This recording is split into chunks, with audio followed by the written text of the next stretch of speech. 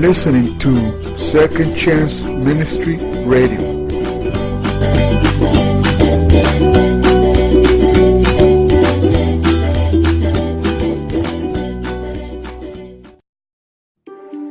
Hachette Audio presents The Day Satan Called, a true encounter with demon possession and exorcism.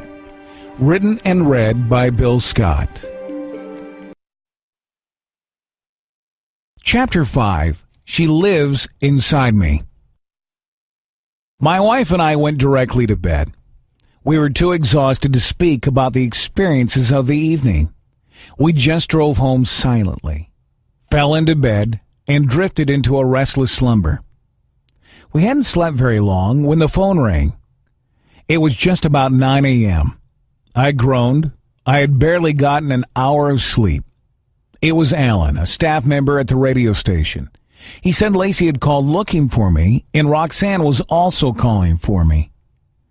I did wonder why I was being singled out. I thought maybe James was front and center in the battle at this point. But I jumped out of bed, threw on a pair of jeans and a sweatshirt, and headed back to the radio station. As I walked into the reception area, Alan just stared at me, his face very pale, and his expression frightened. "Bill, you're not going to believe this," he said. Now wide awake, I stood and stared at him in disbelief. "Both Lacey and Roxanne had been calling me," he said. "I already knew that." I asked him what was going on. Alan said he just got off the phone with Roxanne, and Roxanne had asked if Lacey was okay. That was strange. Roxanne had come to church looking for Lacey last night to take her back to the covenant. In fact, but once we had prayed with her, she would not even acknowledge her name. Alan said he'd asked Roxanne if she knew Lacey. After a long pause, Roxanne said yes.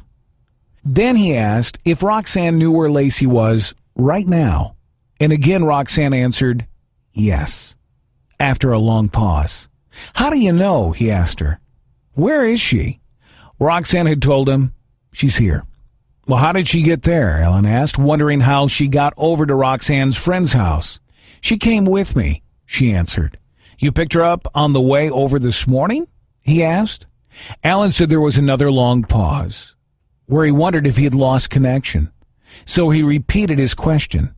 Alan was astonished as he told me her response. "She lives inside of me." "What?" he had choked out, wanting to make sure he understood her correctly. Roxanne again said, "She lives inside me. She's a familiar spirit." As Alan told me this, I was dumbfounded. A familiar spirit? Lacey wasn't real? At least not a real person? That couldn't be. After all, I'd spent 2 days, better part of 2 nights, trying to share God's love with her. She had to be human. This seemed like such a cruel joke. Was this what the demon was laughing about when he taunted us over and over about never getting to Lacey? Could Lacey really be a demon? I was crushed. Despite Roxanne's prayer to receive Jesus Christ into her life, I felt defeated all over again. My mind quickly worked back through conversations with Lacey and the demon. I tried to tick off all that I knew for sure, which wasn't much. Had someone sincerely asked for help? If Lacey was a demon, then the answer was no, unless Roxanne was trying to reach us through someone she thought to be a friendly spirit. Had Roxanne become a Christian the night before? What if she had a split personality? Could one part of her be saved and yet another part still be demon-possessed? Most of all, I think I was feeling sorry for myself. How could I have spent so much time in prayer on Lacey, only to find out she was a spirit, and that she was not even savable? Why did things continue to be so confusing and difficult? This was all racing through my mind in an instant. I thought about all we had gone through in the last few days. I had seen witches enter my church, trying to kidnap Lacey while we tried to protect her. I had spoken with demons. I had witnessed more than one demon speak and scream from the same person at the same time. I heard animal sounds coming from a human. I had been in a room when the temperature dropped to what felt like freezing. I had watched as Roxanne's eyes rolled into the back of her head and she thrashed around as demons spoke out of her. I saw the shadow of Lacey run across a porch right into a brick wall and disappear. It did cross my mind that if she were indeed a spirit, that would explain how she was able to pass through a brick and mortar wall. But that was only one mystery possibly solved. Alan was looking at me, waiting for an answer. I shook my head slowly. None of this made any sense. My thoughts went to my own well-being. Why had Lacey wanted to meet with me in particular? Was it to kill me? Inhabit me? Possess me? Was I a spiritual target? Had the forces of evil sensed a weakness in me that could be exploited? I was really having a tough time trying to figure everything out. Even if Alan weren't waiting for an answer, and I had hours to work on this, I don't think I would have been any further along on the road to the understanding. How do you go from being raised in a small, independent church that doesn't really talk about spiritual warfare to witnessing everything I had in the last few days? I felt no doubt that what I'd experienced was real. I just couldn't explain it. In the weeks and months and even years to follow, I was afraid to share this experience with people who weren't there. I really thought folks would think I was nuts. Maybe that's a big part of the reason why this book comes more than 20 years after the events. A couple of months later, I finally called my dad, a pastor in Tampa, Florida, to share what I'd experienced. He told me a number of times that if what he was hearing was coming from anyone else other than his own son, he would not have believed a word of it. Standing face to face with Alan, all I wanted was to call for a timeout in order to work through this in my own mind. Basketball coaches get to call timeout when the situation on the court gets overwhelming. Why not a timeout when life gets overwhelming? I wanted time to process what I'd experienced. But the situation with Roxanne was still happening, and fast forward. Here's one thing I did think through quickly. If Lacey was indeed a satanic spirit, she had to be cast out of Roxanne for Roxanne to experience God's love and forgiveness and healing in her life. If Lacey was a split personality from Roxanne, the concept of multiple personalities was just becoming popular at the time, then I was way out of my depth to understand causes and effects and relationships. And there was nothing more I could do to help Roxanne. We probably would have to seek professional psychiatric support and care. But based on the multiple inhuman voices pouring out of the same person, based on a person calling from different phones just seconds apart, based on the demon's knowledge of what was happening in our studio without being there, based on the temperature in the studio dropping dramatically, and based on the physical and emotional impact that phone conversation had had on each and every one of our group members, I was convinced Lacey was more than a splinter personality. Lacey was actually a demon. It was not Roxanne who had come to kill Lacey, I thought. It was the other way around. Lacey had been sent to kill Roxanne. But even as I came to this conclusion, there was a competing emotion inside me. My mind might be telling me that Lacey was a demon, but my heart still yearned to help her. In 2 days of talking with her, I have to admit I'd become very attached to her. I had spent the last few days fasting, praying, and trying to find her in order to save her. We had come to love this girl and wanted to do whatever it took to save her. If I felt this way in a few short days, I couldn't imagine how much closer Roxanne felt to her. Alan and I were still standing at the front counter of the radio station when Roxanne called again.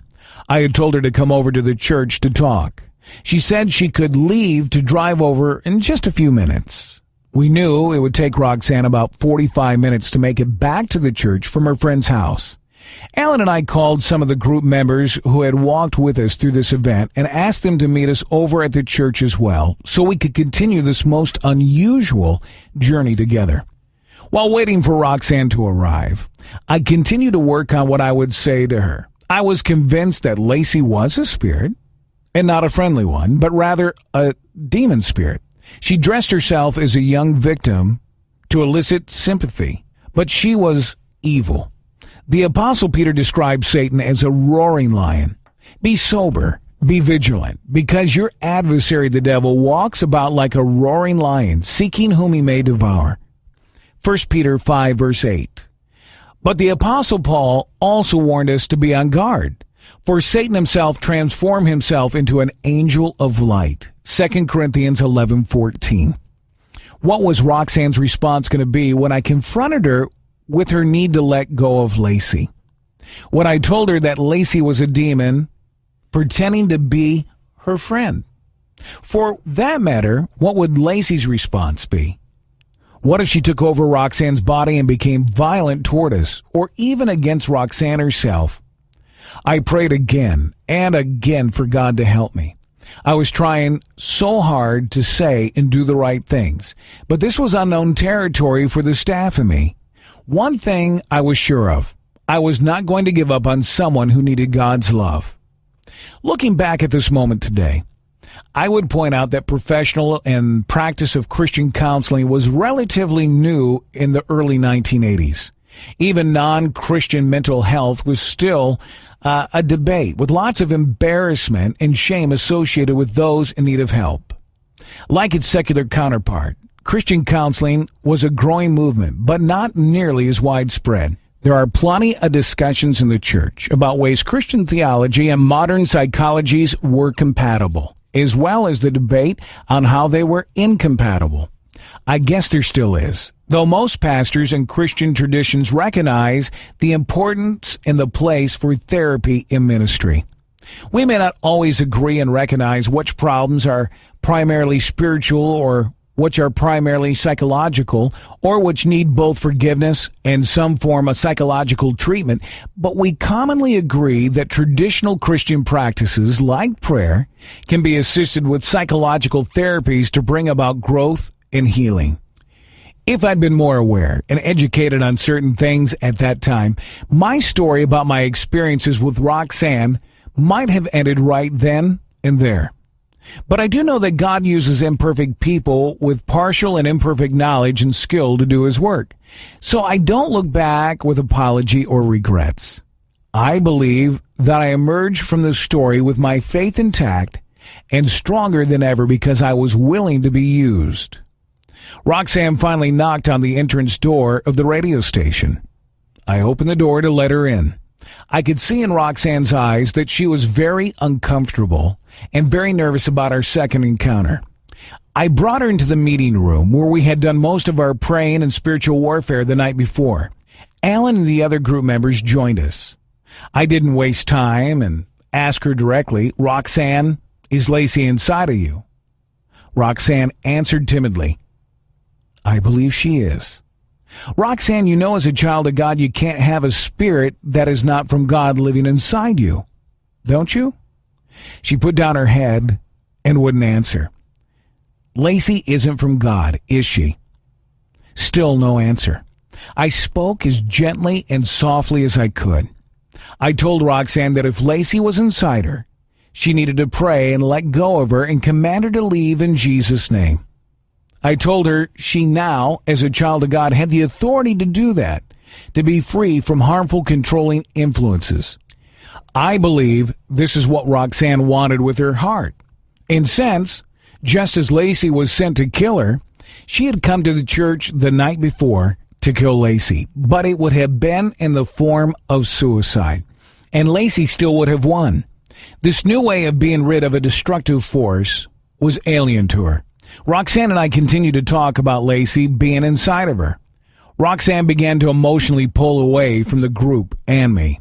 She began to grow agitated over the suggestion that she renounce Lacey. She and Lacey had been friends for years, she explained. "Lacey is the only one who never betrayed me," Roxanne had said. "She was always there to help me when the others were mean." What an anguishing moment. I didn't believe for a second that Lacey had never betrayed Roxanne. As all my thoughts tumbled together, I realized she was not just any demon, but the demon who was orchestrating control over Roxanne's life. But to Roxanne, I was asking her to cast out a teenage girl who was her friend, and upon whom she counted for emotional survival. Gently, I prodded as much as I felt I could. I suggested to her that it was Lacey who was trying to get Roxanne to commit suicide and kill herself. She didn't see it that way. But after more discussion, Roxanne began to piece together some things for herself and see that Lacey had not been a force for good in her life. She began to remember ways that Lacey had hurt her and led her astray.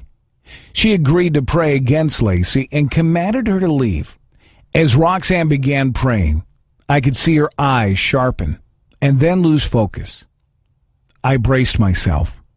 I knew that a demon was about to manifest itself inside her again. Next, her eyes turned very dark and cold.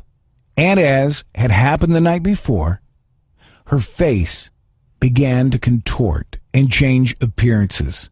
I could see an anger rising. She looked younger, then older. Finally, she looked straight into my heart, and I saw hatred and malice. I knew that it wasn't Roxanne looking at me now. It might even be Lacey. Roxanne's eyes rolled into the back of her head. But for a moment, she didn't stop commanding Lacey to leave. Looking at her, you could see an internal battle bubbling up, ready to explode. Up to this point, I had heard demons speak with non-human voices, men voices, women voices, animal sounds, and as multiple voices at once. But something much different happened this time. Roxanne looked at me and began to speak. It was the voice of a young, timid, fearful teenager. It was Lacey. After hours on the phone with her, I would never forget her voice. I had finally found Lacey, but not in the form I had expected. Lacey looked at me and said with a soft, pleading voice, "Bill, it's you. You told me you loved me, that you would fight for me, and that you would save me. How can you ask me to leave? Why are you fighting against me? You promised you would be different. But now you want to kill me?" Wow. I was speechless. I had no idea what to say. In my heart, I loved Lacey. I had fought for this girl. Her words had powerful impact on me. Emotionally, I agreed with her. How could I be helping to kill the one I was trying to save just a few hours earlier? Paul could be not more right. I was hearing the sweet words of an angel of light with my own ears. In the midst of the eternal turmoil, I knew that I needed to think with my head and not my heart. There was a new kind of warfare inside me, much more subtle, really much more effective. No one is fooled by a roaring lion. But an angel? My heart wanted to reach out to Lacey in love. It took all my willpower to break free from this near spell. I had to tell myself that this was a nasty, evil demon, pretending to be this helpless little girl trapped inside this woman. We gathered around Roxanne and laid hands on her as I prayed. Roxanne interrupted, still speaking in Lacey's voice, and said, "I'm not sure if I really want her to go. She's a friend of mine. Lacey helps me." We were back to square one. I shared again with her that all the demons were evil and that Lacey only appeared to be a friend but was actually there to destroy her. I prayed, "Lord, I command Satan in Jesus' name to show himself for who he really is." At that moment, the sweet little voice turned into a deep, angry, non-human voice and yelled, "No!" Roxanne threw her head back, opened her mouth, and let out a blood-curdling scream. The demon screamed again and again. Everyone in the room cowered in the presence of evil. Then, Lacey left Roxanne and all was quiet. Roxanne just fell to the floor. not moving a muscle. For a fleeting second, I was afraid Roxanne had died from the spiritual battle waging inside of her. A few minutes later, Roxanne regained consciousness and asked what had happened. She said, "I feel so different, more free." "Is she gone?" Before we could answer, she exclaimed, "She's gone." We looked at one another with joy, and the whole group cheered and hugged Roxanne. Tears streamed down her cheeks, and everyone else is in the room. 2 days earlier, I didn't know what a demon sounded like. I'd never met someone who claimed to be a witch, much less someone who had been involved in curses, human sacrifice, drinking animal blood and human blood, and strange and bizarre sexual rituals. It was sure at that point I had certainly seen it all. But most of all, I felt relief. Now that Lacey was gone, I felt for certain that the battle was won. Little did I know.